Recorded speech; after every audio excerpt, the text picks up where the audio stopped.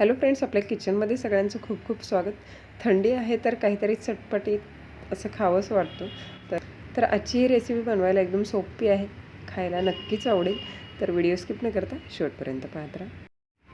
अशाच नवनवीन रेसिपीसाठी चॅनलला सबस्क्राईब करा आणि बेल आयकॉनला प्रेस करा.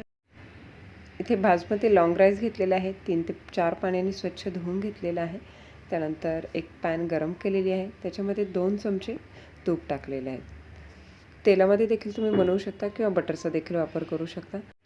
अख्खे मसाले घेतलेले आहे, यामध्ये टाकत आहे तमालपत्र, त्यानंतर चक्रीफूल टाकलेलं आहे, त्यानंतर टाकत आहे 4 ते 5 लवंग, दालचिनीचे तुकडे टाकलेले आहेत आणि एक 4 ते 5 मिरे टाकलेले आहेत. आता हे सगळे लो फ्लेमला आपल्याला हे मसाले परतून घेतलेले आहे. परतून झाल्याच्या नंतर इथे आपण टाकणार आहोत थोडासा कांदा, एक मिडियम साईजचा फक्त अर्धा कांदा इथे टाकलेला आहे, खूप देखील आपल्याला वापर करायचा नाही आहे. तेलावर हा 1 मिनिटभर असा परतून घेतलेला आहे. कांदा हलकासा इथं मऊ झालेला आहे, ते पाहू शकता. सगळ्यात त्याच्या पाकळ्या ज्या आहेत तशा सुटसुटीत झालेल्या आहेत. त्यानंतर याच्यामध्ये टाकत आहोत आपण आलं आणि लसूणची पेस्ट 1 चमचा. आलं लसूणची पेस्ट देखील व्यवस्थित अशी परतून घ्यायची आहे, जेणेकरून त्याचा जो काही कच्चेपणा आहे तो पूर्णपणे निघून जाईल. तर इथे साधारणतः आपण 1 ते 1.5 मिनिट आधी आलं लसूणची पेस्ट अशी परतून घेतलेली आहे. व्यवस्थित परतल्या गेल्याच्या नंतर याच्यामध्ये आपण टाकणार आहोत हिरव्या मिरच्यांचे तुकडे. तर मी इथं 2 हिरव्या मिरच्यांचे असे मोठे मोठे काप करून टाकलेले आहेत आणि लगेचच यात भाज्या देखील टाकत आहोत. तर 3 चमचे इथं फ्लॉवर टाकलेली आहे, त्यानंतर 2 चमचे गाजर टाकलेले आहे, 2 चमचे फरसबी टाकलेलं आहे आणि आता हे मिक्स करून घ्यायचं आहे. सगळ्या भाज्या ज्या आहेत त्या लो फ्लेमवर अशा परतून घेत आहे, व्यवस्थित अशा परतल्या जातात. ज्या भाज्यांना जास्त वेळ लागतो त्या आधी अशा परतवून घेत आहे. फोडणीत हिंग टाकायचा राहून गेला तर त्यामुळे हिंग टाकलेलं आहे आणि यानंतर लगेचच वाटाणे जे आहेत ते टाकत आहे. वाटाणे फार पटकन शिजतात, त्याच्यामुळे इथे 2 चमचे वाटाणे नंतर टाकलेले आहे. सगळं मिक्स करून घेऊया, म्हणजे हलकंसं भाज्यांना व्यवस्थित असं तुपाचं कोटिंग येईल इतपत ह्या भाज्या अशा परतून घेतलेल्या आहेत. साधारणतः सगळ्या भाज्या मी 2 मिनिट परतून घेतलेल्या आहेत लो फ्लेमवर. व्यवस्थित असं तुपाचं कोटिंग झालेलं आहे. त्यानंतर आपण जो तांदूळ भिजत घातला होता तो आपल्याला ॲड करायचा आहे. तांदूळ साधारणतः 10 मिनिट आपण भिजत ठेवला होता, त्याच्यामुळे भात जो आहे तो एकदम सुटसुटीत असा होतो. आणि याच्यामध्ये एक मसाला टाकणार आहोत, ज्याने चव जी आहे ती भाजते अजूनच छान येईल. ऑप्शनल आहे, नाही टाकला तरी चालेल. तर याच्यामध्ये टाकलेला आहे 1 चमचा मॅगी मसाला आणि चवीपुरतं मीठ. मुलांना मॅगी मसाल्याची चव जी आहे ती छानच लागते, तर त्याच्यामुळे मॅगी मसाला टाकला आहे. जर तुम्हाला स्किप करायचं असेल तर स्किप करू शकता. फक्त आपण हिरवी मिरची आणि जे काही अख्खे मसाले घातलेले आहेत गरम मसाले, त्याने देखील चव जी आहे ती छान येते.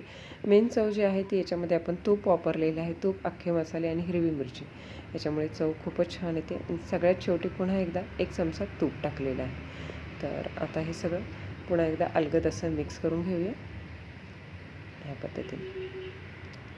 तर भाताचा मस्त असा सुगंध सुटलेला आहे मसाला आणि तुपामुळे. सगळं मिक्स करून झालेलं आहे. तर आता याच्यामध्ये आपण 1 वाटी तांदळासाठी 2 वाटी पाणी ॲड करत आहोत. तर आपण कढईमध्ये हा भात शिजवत आहोत, तर पाण्याचं प्रमाण जे आहे ते थोडंसं जास्त लागू शकतं. जर लागलं तर आपण नंतर देखील ॲड करू शकतो. आणि त्याचबरोबर तांदूळ कुठल्या प्रकारचा आहे त्याच्यानुसार देखील पाण्याचं प्रमाण हे नेहमी कमी जास्त होत असतं. आता हे सगळं मिक्स करून घेतलेलं आहे. मिक्स झाल्याच्या नंतर आपण हे करणार आहोत कवर आणि एक उकळी येतपर्यंत आपण गॅस जो आहे तो हाय फ्लेमवर ठेवलेला आहे. नंतर मीडियम टू लो फ्लेमवर हा भात शिजवून घेतलेला आहे. मस्त असा मसाल्यांचा सुगंध सुटलेला आहे. एक साधारणतः 5 ते 7 मिनटानंतर पाहू शकताय. तर पाणी जे आहे ते बऱ्यापैकी आटत आलेलं आहे, हलकासा ओलसरपणा आहे आणि तांदूळ देखील व्यवस्थित असा शिजत आलेला आहे. तर एकदा असं मिक्स करून घेऊया, म्हणजे भाज्या ज्या आहेत ते सगळ्या व्यवस्थित अशा सगळीकडे मिक्स होतील. तर ह्या अलगद असं मिक्स केलेलं आहे, पुन्हा हे कवर केलेलं आहे आणि त्यानंतर गॅस एकदम लो फ्लेमवर ठेवलेला आहे आणि पुन्हा एक 5 ते 7 मिनिट असंच हे आपण हे शिजवून घेतलेलं आहे. त्याच्यामुळे मंद आचेवर भात जो आहे तो व्यवस्थित असा शिजला जाईल. आणि इथे पाहू शकताय आपण साधारणतः 7 मिनिटानंतर पुन्हा हे झाकण काढून चेक करत आहोत. वा, मस्त असा दिसायला तर दिसत आहे. आता हे अलगद आपण एकदा चेक करूया भात शिजलेला आहे की नाही. सुटसुटीत देखील झालेला आहे. या पद्धतीने साधारणतः मिक्स करताना भात शिजल्याच्या नंतर हे करायचं आहे, जेणेकरून तो तुटणार नाही. भात देखील व्यवस्थित आता शिजलेला आहे. तर आता हा मिक्स केल्याच्या नंतर पुन्हा आपण हा कवर करूया आणि एक हलकीशी वाफ आलेली आहे. तर गॅस बंद करूया आणि पूर्ण थंड झाल्याच्या नंतरच आपण झाकण काढून हा चेक करणार आहे. आतमध्ये वाफ मुरली म्हणजे भात देखील छान असा शिजला जातो, एकदम मऊसूत आणि सुटसुटीत असा होईल. तर पूर्ण थंड झाल्याच्या नंतर आपण हा काढलेला आहे आणि छान झालेला आहे भात. पाहू शकता एकदम सुटसुटीत असं झालेलं आहे. आता चवीला देखील हा इतका छान होतो, दिसायला देखील एकदम मस्त दिसत आहे. या गरम गरम भाताबरोबर कोशिंबीर देखील खाऊ शकता, अगदी असंच खाऊ शकता, कढी खाऊ शकता किंवा वाटाण्याची उसळ जी आहे ती जर केली तर ती देखील खूप छान लागते. तर थंडीचा सीझन आहे, नक्की या पद्धतीचा सोप्या पद्धतीचा राईस करून पहा. रेसिपी आवडली तर रेसिपीला लाईक करा, कमेंट करा, शेअर करा. नवीन रेसिपी पाहण्यासाठी चॅनलला सबस्क्राईब करा. त्या बाजूला असलेलं बेल आयकॉनचं बटन प्रेस करा, जेणेकरून येणाऱ्या सगळ्या नवीन रेसिपीचं नोटिफिकेशन सगळ्यात आधी तुम्हाला मिळेल.